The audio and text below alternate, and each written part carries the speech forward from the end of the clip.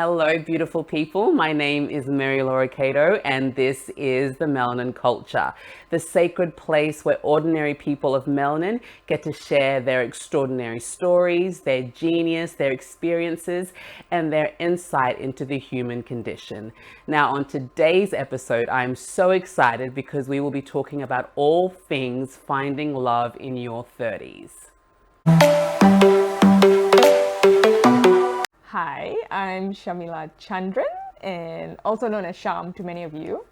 I'm a mom, stay-at-home mom, and but as you know, we moms do a lot of other things as well. Where do I start? I would like to think we do a lot of adventurous stuff, cleaning, cooking, the normal stuff. Yes, we do singing, we go out a lot, and music is definitely a passion. Yes, I was in the worship team. I haven't been doing that for a while, but we still sing, we still dance, what do we love? We love traveling. Yes, I love traveling. That's always been a big part of me and who my mom brought us up to be as well. Yeah, because my mom was a traveler, and so I if anything, that would be something I would love to do full time. Yes. Why not? See the world. Yes.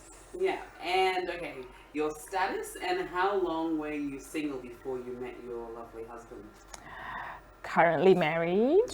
I was single probably 1.5 to 2 years before I met Sai. Yes, intentionally. Yes. Intentionally single because I was like the next one. I'm done with all the frogs. I'm going to wait on the Lord for my husband. Yes. Yeah. So, yeah. Love it. Okay, and what would you say is love to you? What would I say is love? I would say love is when you're able to be completely yourself, when you're able to be comfortable with being yourself and not concerned about that other person not loving you just the way you are, and vice versa.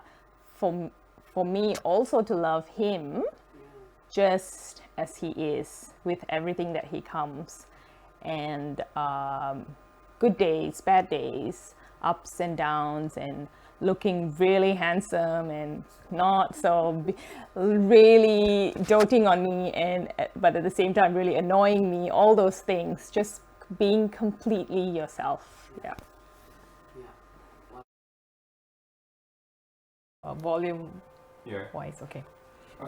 Good to go. Okay, awesome.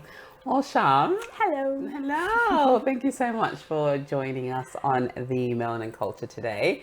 I'm excited just to probe a little bit about just your personal experience when it came to finding love in your 30s and just love in your 30s in general, right?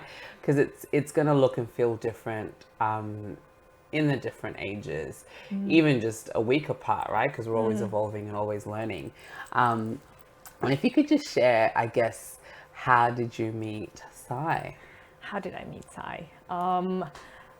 We were introduced by a mutual friend. You know him, Arun. Yes. And Sai was in Australia and I was in Malaysia. And Arun went to Australia, met Sai, came back to Malaysia, invited Sai over for something, and intentionally introduced us. That's a good friend. That's a good friend. Isn't it? Yeah. So amazing that he was like, hey, I think you like this guy. And hey, Sai, I think you like this girl. Yeah. I think it's good that he was intentional about it. Yes. Because it's not just that haphazard kind of thing. Yeah. That's cool. And when you went on, like, what date number was it that you were like, yeah? So we didn't exactly hit it off initially. That's so interesting. There were a few bumps initially. Yeah. And we actually, I actually told Sai to stop calling me for a while, and which he didn't. He was persistent. Yeah, and again, God's timing is perfect, right? Yeah. And but then after a few months, God knocked some sense into Sai. I like this.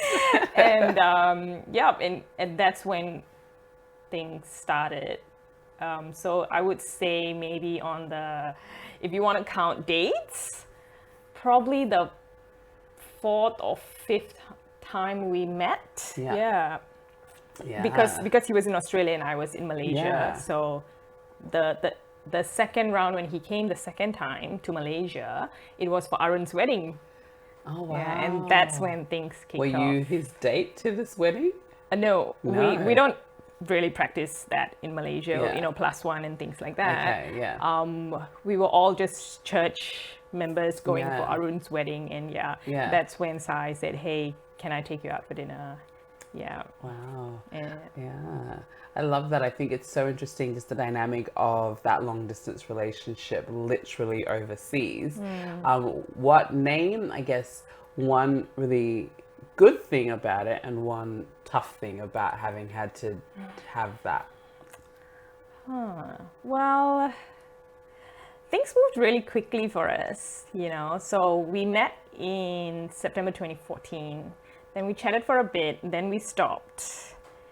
And then in June 2015, we started communicating, and that's when we started dating. And then we had a long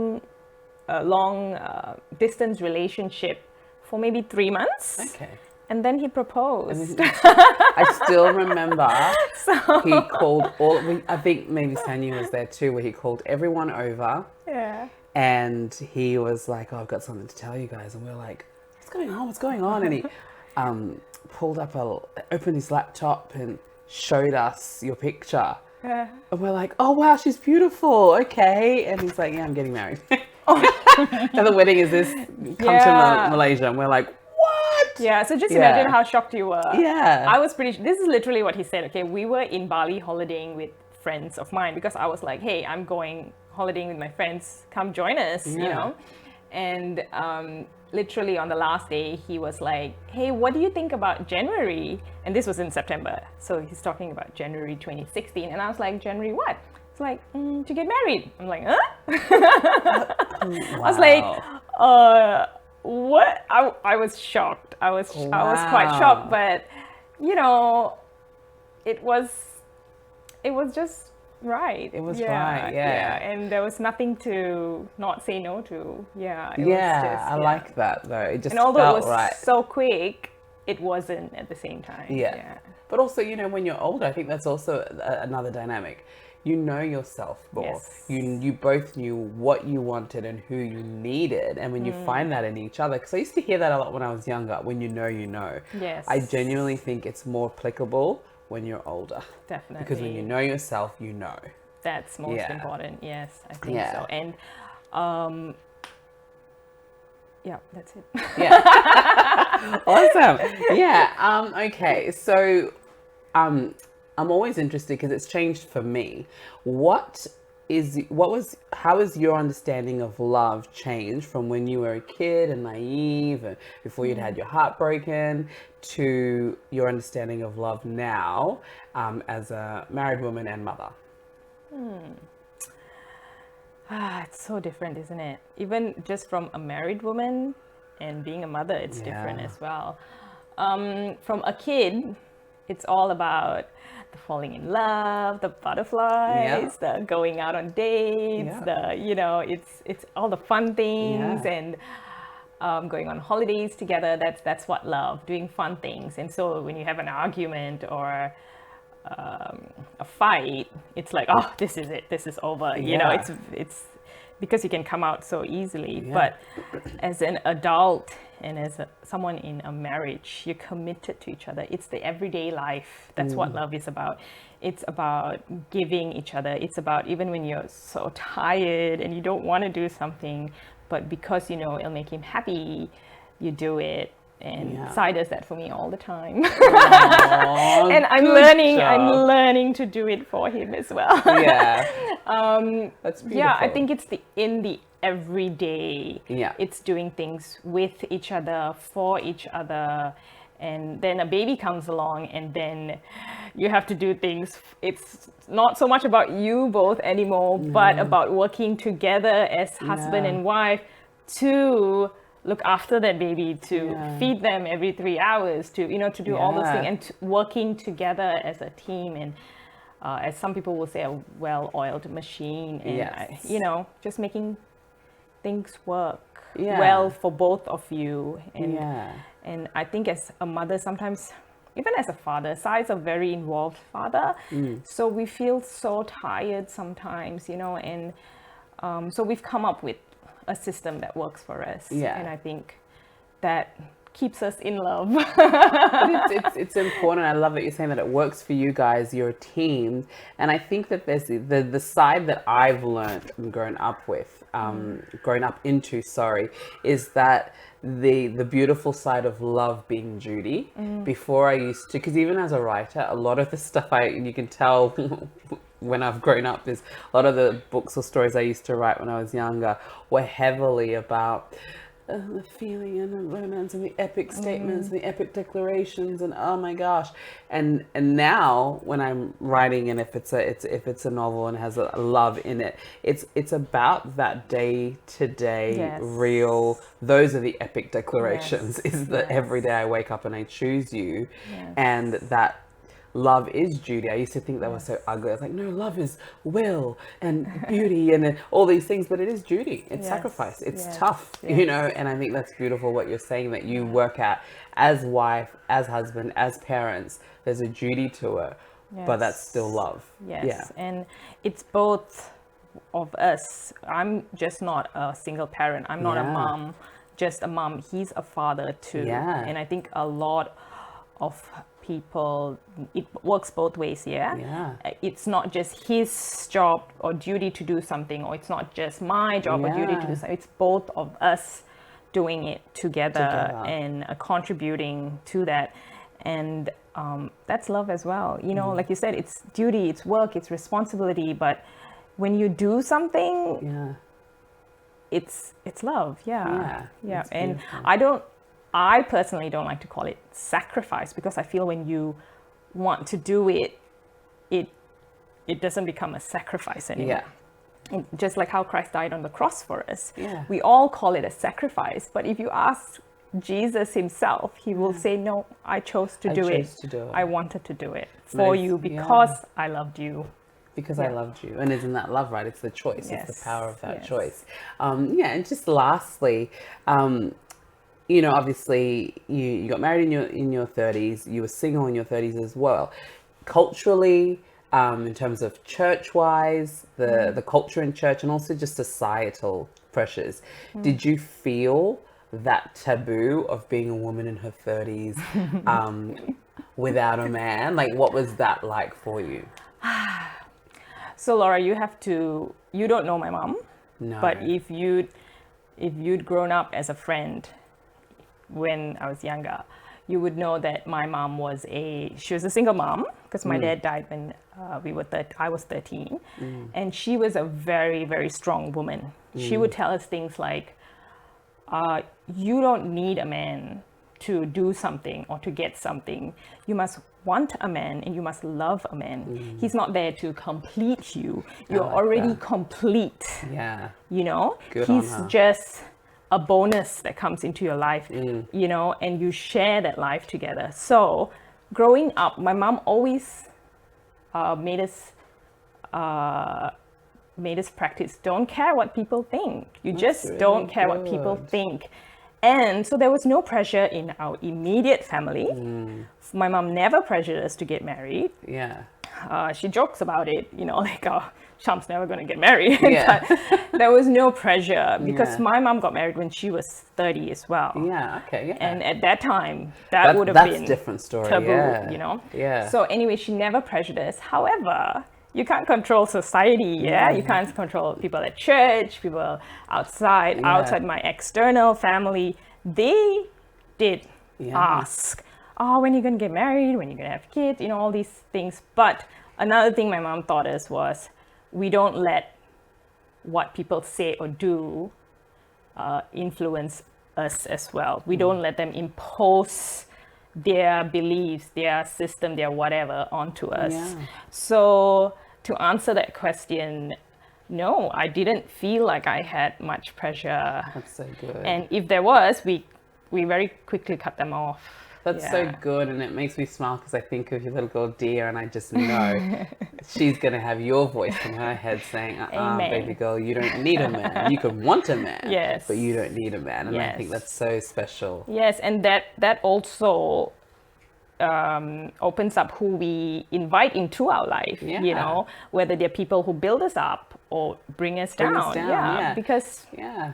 people are going to be people, Yeah. we have to really sieve through them and allow those who are good into our lives. Yes. Yeah. Yes. I think it's great because I think for me, the biggest thing, I think I felt it. I think I was probably tougher on myself than anyone actually externally, because I just always wanted to be married, to be a mom, and more than just marriage, I just always wanted to love someone greatly and to be loved, to be in that kind of relationship. And I think I put those pressures more on myself, and I had this imaginary clock ticking that got me really so aware, and I also tied my worth to it, right? I Yes. thought, well, there must be something wrong with me if I'm not at this age Yes. already in this type of relationship. And it would have been great to have had a mum speak those truths Yes. into my life, to just go, no, you don't, it's not something you need. I had to navigate that myself. I had to Yes. come to that conclusion myself.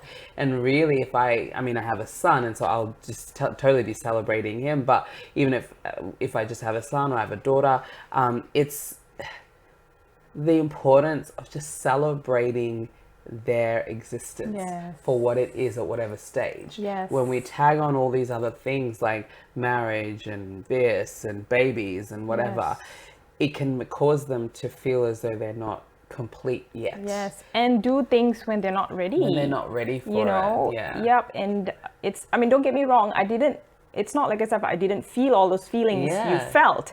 As a woman, I did feel, I Yeah. felt loneliness, I felt, oh, maybe something's wrong with me, Yeah. this and that. But at the same time, I was like, I'm not going to settle for someone just because I'm at the age I should Yes, be settling down. absolutely. And that's why they call it settling down, isn't Yeah. it? Because you're settling. Yeah, And yeah. so I refuse to settle for second best, because I know that God has the best for me. Yeah, Yes, I in love that. every aspect of In my every life. aspect. Yeah. And now you look at your life, you've got this amazing husband and this baby that came at the exact perfect time, you know. Yes. I And think- truly, Laura, I think if I met my husband any earlier, oh my gosh, right. Yeah. I don't think yeah. it would have been as easy breezy as it is now, because I was not ready. Yes, Yeah. not ready at all. Different journey, and I'll say the same with Joan. Like, I used to want to be a mum since I was 3, and I wanted to have my first baby when I was 20, my last baby when I was 25. I wanted 5, and in my head thought I'd pump them out every year. And now, having had Jonah, I'm like, thank you, Jesus. But I realized that no way, if I was a mum 10 years prior when I wanted to, not a chance. I wasn't ready. Even though I thought I was not ready to be a mum. So yeah. And even now, I mean, does anything really prepare you to? Nothing can. It's a beautiful Yeah. thing though. Yeah. But I think love, and I think the important message to take away, we're talking about love in our 30s because Yes. it's relevant to where we are and where our Yes. journey is. But wherever you find yourself, I think love, it's such a journey. It's journey. Let me Yeah. just add one thing. I think, sometimes when we look for love, we're always looking on the outside. Yeah. What can he give me? What I think it's also important to look at ourselves, Yeah. at the inside, and know our self-worth, know what we can bring to the table. Absolutely. Are we ready? Have we lived our life to the fullest, that we're ready for this experience? I mean, marriage is not something to be taken lightly, yeah? And I think the most important thing you can bring to the table is knowing yourself really well, and also having a very a teachable spirit. Yes, absolutely. Yes, Yeah. yeah. I love that. But thank you for that time. I loved it. I mean, we could talk forever. I could pick your brain forever. And one day I will have Sai here too, so we can talk to the both of you. Uh-oh. But no, this has been great. Thank you. Thank you.